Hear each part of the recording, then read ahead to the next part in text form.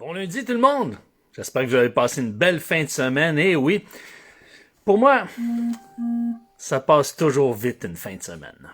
Alors, merci d'être là. Merci à tous ceux qui s'ajoutent. Je viens d'entendre un son. Il y a quelqu'un qui vient de s'ajouter. Merci beaucoup. Alors, quelle est la question aujourd'hui? Pourquoi les disputes, les chicanes nous font si mal? Eh bien, la réponse est claire. Ça pourrait se résumer en une phrase. Parce qu'on ne capte pas très bien le besoin de l'autre. C'est pour ça que ça fait mal. Parce que quand on chicane, c'est que il y a une distorsion. OK?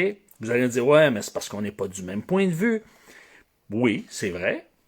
Mais pourquoi quelqu'un nous raconte la même chose, puis ça ne viendra pas nous chercher en bon québécois, ça ne nous blessera pas autant? C'est parce qu'il n'y a pas une confrontation émotionnelle, il y a tout simplement un échange d'idées. Mais quand on veut imposer à l'autre, sans tenir compte de l'autre, notre point de vue, là, ça blesse.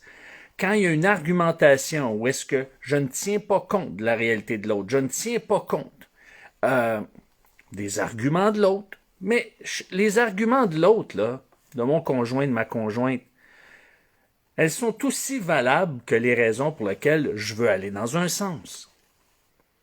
Pourquoi? Parce que c'est moi qui communique, c'est plus vrai, c'est plus valable que l'autre. Parce que c'est moi qui le dis. Parce que je me suis convaincu de mes arguments. Voyez-vous que c'est parce qu'on ne capte pas le besoin de l'autre qu'on chicane. Parce que si je suis capable de convaincre quelqu'un d'autre sans me chicaner, ben, c'est que il arrive dans la communication avec notre conjoint, notre conjointe, que là, il y a un blocage. C'est quoi qui bloque? Ben, c'est qu'on ne se sent pas considéré dans ce qu'on vit présentement. Vous allez dire, ouais, mais c'est parce que on vit ensemble, on se connaît, il y a des blessures accumulées. Ben oui, ben c'est ça.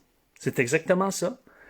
Il y a des blessures accumulées, on se connaît parce que on ne veut plus, ou du moins, on veut essayer d'exprimer, on veut essayer de réagir en disant « je ne veux plus avoir mal ». Parce que tu te places, tu te positionnes pour ne pas tenir compte de mon besoin. Alors, pourquoi les chicanes font si mal? Ben parce que on ne capte pas le besoin de l'autre, ou on ne ressent pas, on ne capte pas que l'autre tient compte de notre besoin. Pourquoi on a besoin de l'intelligence genrée dans ces situations-là? Ben parce qu'on utilise les mêmes mots, les hommes et les femmes, mais ça ne veut pas dire la même chose. Ils n'ont pas le même contexte. Ils n'ont même parfois pas la même définition. Ils n'ont pas la même valeur. On ne les place pas au même niveau. OK? Par exemple, tout le monde veut être aimé. Tout le monde aime être aimé. Et tout le monde veut qu'on sente comment se sentir. Tout le monde veut se sentir respecté. OK? Mais, même si tout le monde aime être aimé, puis que tout le monde veut se sentir respecté, règle générale, pour une femme, être aimée est supérieur à être respectée. Ça ne veut pas dire qu'elle veut pas être. Elle ne veut pas qu'on lui manque de respect. Ça ne veut pas dire qu'elle veut qu'on lui manque de respect. C'est pas ça. Ou qu'elle va accepter qu'on lui manque de respect. Non, c'est que c'est une question hiérarchique. C'est une question de supériorité. Moi, je veux me sentir aimé. Un homme, ça y dérange. Mets-le dans un milieu de travail, il préfère être respecté qu'être aimé. Le respect est en valeur supérieure. Donc, voyez-vous, les mots prennent une proportion, une dimension différente. Donc, pourquoi les chicanes font si mal? Parce qu'on ne capte pas le besoin de l'autre. Et souvent, qu'est-ce qui fait mal? Qu'est-ce qui fait mal dans le fond? C'est pas ce qui est dit, c'est comment c'est dit, sur quel ton c'est dit, avec quel regard c'est dit, avec quelle intensité, avec quel volume. Est-ce qu'on a des couteaux dans les yeux? Merci Lucie, dit tellement vrai. Est-ce qu'on a des couteaux dans les yeux? Est-ce qu'on a le couteau entre les dents serrées? Donc, c'est sûr que si, par exemple, un homme se sent défié, confronté. Ça vient défier soit ses valeurs, soit son besoin de respect, soit ça vient défier sa vision des choses. Bien, inévitablement, il va chercher à sortir de ce malaise-là comment? En s'obstinant, en cherchant à avoir raison. Alors, ça, c'est typique des hommes. À chaque fois qu'on est confronté, on a été pris par surprise, eh bien, c'est notre façon de réagir. Pour une femme, ben, dès qu'il y a un désaccord, dès qu'elle ressent que je ne reçois pas pleinement ce que tu es en train de dire, elle va le prendre comme une attaque. Alors, c'est pour ça que c'est bien important pour nous, les hommes, premièrement, de laisser nos conjointes, nos épouses, finir ce qu'ils ont à dire, de ne pas les interrompre. Pourquoi? Parce que pour aller au bout de son idée. Et devoir dire, hey, il y a quelque chose d'intéressant. Supposons que, bon, on va réaménager la chambre de bain. Ça demande de l'investissement, peut-être un emprunt, réhypothéquer ou sacrifier d'autres projets. Et là, toi, ça vient te chercher. Tu te dis, oh non, moi, c'était une piscine que je voulais. Puis là, on va mettre cet argent-là dans une chambre de bain où est-ce qu'on va aux toilettes. Ça marche pas, hein, parce que les hommes, on pense en rationnel. Alors, une femme, c'est, quand je rentre, je veux me trouver belle, je veux être dans un bel environnement, parce que c'est là que je me mets belle. Alors, c'est pas pareil, on n'a pas la même évaluation des choses. Hein, le mot salle de bain, dans la tête d'un homme, puis salle de bain, dans la tête d'une femme, c'est le même mot, mais ça n'a pas le même sens. C'est pour ça que quand on parle avec un sens, on parle avec une signification, on parle même avec un certain attachement émotionnel d'une chambre de bain. Alors, c'est pour ça que, avant de manifester un désaccord, cherchons à comprendre ce qu'elle veut dire. Qu'est-ce qu'il y a d'intéressant dans ce qu'elle dit? Puis même si on trouve le projet intéressant, ça ne veut pas dire qu'on va arriver à la fin, qu'on va le faire, parce qu'il y a des contraintes, parce que justement, il y a des contraintes économiques, il y a des contraintes de temps, il y a des contraintes d'énergie, etc. Mais ne les plaçons pas comme des obstacles. Faisons juste regarder la situation, de observer. Plaçons-nous comme un observateur. Ça va nous aider, nous les hommes, quand on se place. Ça nous aide quand on se place comme un observateur. Alors, ce qui arrive, c'est que si une femme sent une résistance, eh bien, la moindre requête que je vais lui lancer, comme par exemple, dire, là, supposons que son ton augmente ou elle parle plus vite, puis là, je dis, est-ce que tu pourrais parler moins vite, s'il vous plaît, OK? Donc, voyez-vous le ton? Est-ce que tu pourrais parler moins vite, s'il vous plaît? Parce que là, ça vient me chercher à parler vite, ça m'étourdit. Ah, non. Donc, qu'est-ce que ça fait? Ça veut dire que la moindre requête devient un ordre. Là, elle me dit, hey, wow. Là, la résistance augmente, s'amplifie. Parce que en plus que je sens qu'il n'est pas réceptif, il me donne un ordre, il me commande, il veut me contrôler, il veut me dire quoi faire. Ça ne marche pas l'affaire. Alors,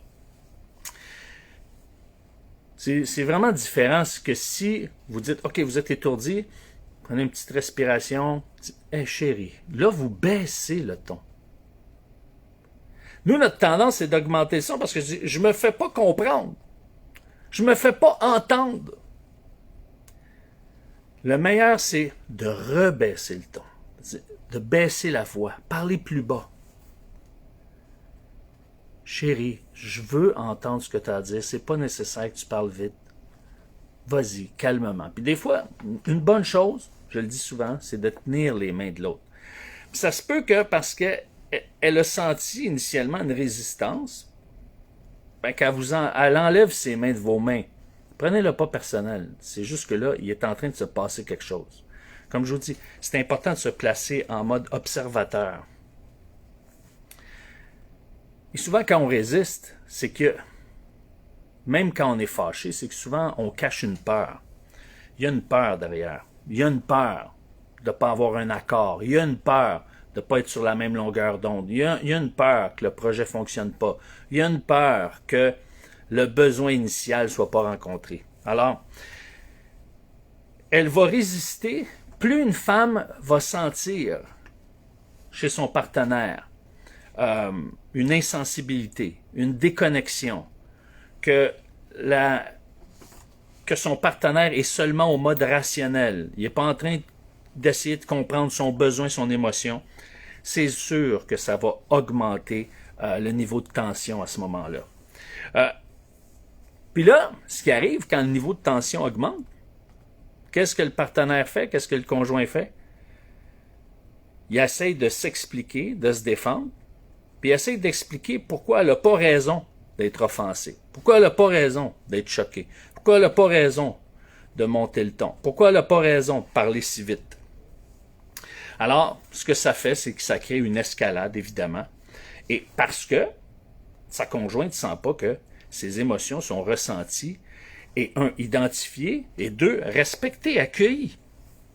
Alors, quand une femme ne se sent pas accueillie émotionnellement, elle ne sent pas la liberté d'exprimer émotionnellement ce qu'elle ressent, ce qu'elle vit, eh bien, c'est sûr que ça la blesse, puis la réaction peut être différente d'une femme à l'autre, mais il va y avoir une réaction, c'est sûr. Alors, ce qui lui fait mal, c'est justement le ton sec, insistant, avec c'est ça, une insistance, et d'essayer de raisonner ses émotions, évidemment, ça lui fait mal. Ça fait mal quand on chicane parce qu'au lieu de connecter avec notre vulnérabilité, là, avec notre vulnérabilité puis la vulnérabilité de l'autre, parce que c'est important de dire, attends une minute, là, je suis en situation vulnérable, je suis déstabilisé, je m'attendais pas à ça, ça chamboule ma vision des choses, ça chamboule ce qui va se passer dans les prochaines semaines, les prochains mois, ça chamboule mes priorités, ça chamboule mes plans, etc. Au lieu d'être connecté mutuellement avec notre vulnérabilité, ben justement, on se sert de la vulnérabilité de l'autre pour s'opposer, pour attaquer et même dans certains cas pour dominer. Alors c'est pour ça que ça fait mal, parce qu'on est dans un état vulnérable, on se met à nu, on expose nos désirs, nos besoins, on veut être compris, puis c'est pas ça qu'on reçoit, c'est pas ça qui arrive. Alors, évidemment que si en tant qu'homme je tiens pas compte de ses besoins, je banalise ses émotions, j'essaie de rationaliser ses émotions pour qu'elles prennent un ton plus rationnel, bien là, à ce moment-là, ça déclenche une colère chez ma conjointe. Pourquoi? Parce qu'elle ne se sent pas accueillie, comme j'ai dit. Et ce qui va se produire, eh bien, là, va sortir un ton méprisant qui va s'accentuer. Et si je ressens du mépris, donc c'est le contraire du respect, ben, je vais l'interpréter comment? Comme un rejet. Et là, c'est là que soit que je vais me refermer, ou soit que je vais attaquer encore plus fort. Alors, les escalades verbales vont commencer souvent parce que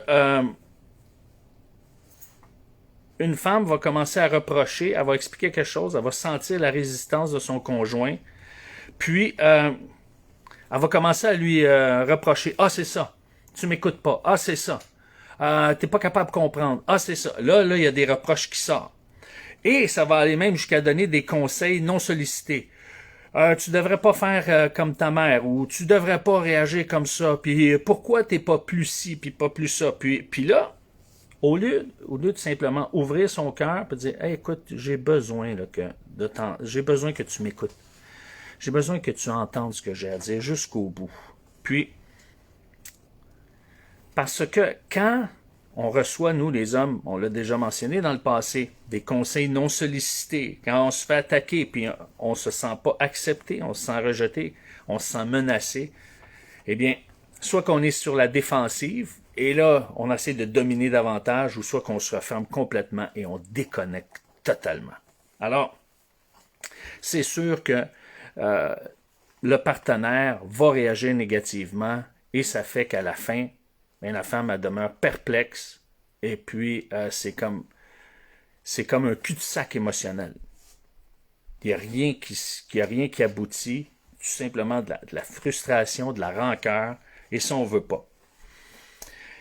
Ce qu'il faut comprendre, quand on sent qu'il y a une chicane qui arrive, une tension, une dispute, c'est pas tant les mots qu'on utilise, évidemment. Si c'est des mots grossiers ou si c'est des insultes directes, là, oui, on se comprend, oui, ça fait mal. Mais c'est pas tant les mots c'est le ton. C'est tout le non-verbal, le regard, et l'intention qu'il y a derrière, ou du moins l'intention qu'on détecte. Et parfois, on peut détecter une intention, puis c'est pas l'intention qu'il y a chez l'autre. Mais c'est ça qu'on ressent, par contre. Alors, c'est justement, c'est important à ce moment-là pour désamorcer l'escalade, ou désamorcer la tension, ou réduire le niveau de tension, de prendre un moment de silence, là, puis de dire, attends une minute, qu'est-ce qui se passe en ce moment-là? Puis de prendre un moment de silence, puis de s'arrêter, puis de dire, hey, attends une minute. Et parfois, pendant que l'autre parle, ou tout simplement dire, hey, écoute, ça prend une tournure, baisser le ton, ça prend une tournure qui est désagréable. C'est-tu plate que ça se passe comme ça? Alors, c'est important. Si l'autre personne est en train de parler, vous gardez le silence. Et là, qu'est-ce qui arrive? Essayez de comprendre quelle émotion m'envahit, puis quelle émotion elle est en train de vivre. C'est quoi qu'elle a besoin, ma partenaire, en ce moment? Oui, elle a besoin d'être écoutée, elle a besoin d'exprimer son idée. Pourquoi ça vient tant me chercher? Puis, parce que d'un côté ou de l'autre, on a des besoins. Hein? Dans une dispute ou dans une situation où est-ce qu'on parle et qu'on n'a pas encore trouvé un terrain commun, bien, ce qui est important de considérer, là, c'est que ma conjointe, elle a besoin de douceur, elle a besoin d'attention, elle a besoin de se sentir accueillie. Moi, j'ai besoin de sentir du respect, de la confiance. Alors, c'est important de voir, de dire, OK, quand je suis comme, il y a quelque chose qui vient de me piquer, il y a quelque chose qui vient de me blesser, il y a quelque chose qui vient de me faire réagir, mais si je suis un homme, je dois dire, attends une minute, elle a besoin d'être comprise, elle a besoin d'être accueillie, elle a besoin de douceur, et surtout la clé de patience. Si on se met, OK, je vais être patient, je vais rester jusqu'au bout. Il y a un homme qui a besoin de confiance, de respect. Et à ce moment-là, c'est là qu'on réussit à reconnecter. Et ce qui est important, c'est de connecter avec sa vulnérabilité, la vulnérabilité de l'autre, et ne pas s'en servir pour attaquer, pour dominer, pour mépriser. Et c'est ça qui est le piège. Mais lorsqu'on connecte dans la vulnérabilité en disant, ah, écoute, là, on est dans une situation on ne se rejoint pas en ce moment. Maintenant, il est où le besoin? Le besoin émotionnel de changer la salle de bain. Parce qu'il y a un besoin émotionnel qui pousse là. Puis on commence là. On commence par connecter sur ce besoin émotionnel-là. Et ça va ramener la discussion dans une autre dimension. Et est-ce que parfois, oui, parce qu'il y a des coûts financiers, il y a de l'énergie, mais est-ce qu'une salle de bain vaut vraiment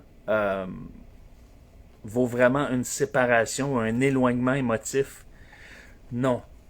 Parce que si on est ensemble, c'est parce que fondamentalement, il y a quelque chose qui nous attirait chez l'autre. Mais quand, justement, on s'éloigne émotionnellement l'un de l'autre, et puis on a de la difficulté à connecter avec notre propre vulnérabilité parce qu'on veut pas se laisser dominer dans notre vulnérabilité. On veut pas se laisser mépriser. On va être accueilli, reçu. Eh bien, c'est là qu'on a besoin justement d'apprendre à communiquer. Parfois, ça demande de l'accompagnement.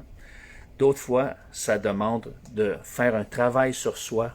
Mais c'est là, c'est dans cette direction-là. Comment on apprend à gérer, à entretenir, comment on apprend à communiquer dans notre vulnérabilité, ça fait toute la différence. Alors, pourquoi les chicanes font mal? Parce qu'on ne capte pas le besoin de l'autre. Demain, de quoi est-il question? Comment les hommes cherchent à se protéger quand la chicane s'installe? Et après-demain, ce serait comment les femmes cherchent à se protéger quand la chicane s'installe. Alors, soyez là, messieurs, demain, et mesdames aussi, parce que vous allez en apprendre sur les hommes. Et mercredi également, aux hommes et aux femmes, je vous invite parce que on va voir comment les hommes cherchent à se protéger quand la chicane s'installe et mercredi, comment les femmes cherchent à se protéger quand la chicane s'installe. Sur ce, je vous souhaite un bon lundi, une bonne semaine. À demain. Oh, oubliez pas mercredi soir, hein? Comment contribuer au bien-être, au bonheur de son âme sœur. Mercredi soir, 20h. Alors, je vous invite d'être là. Je vous donne plus de détails demain. Ciao!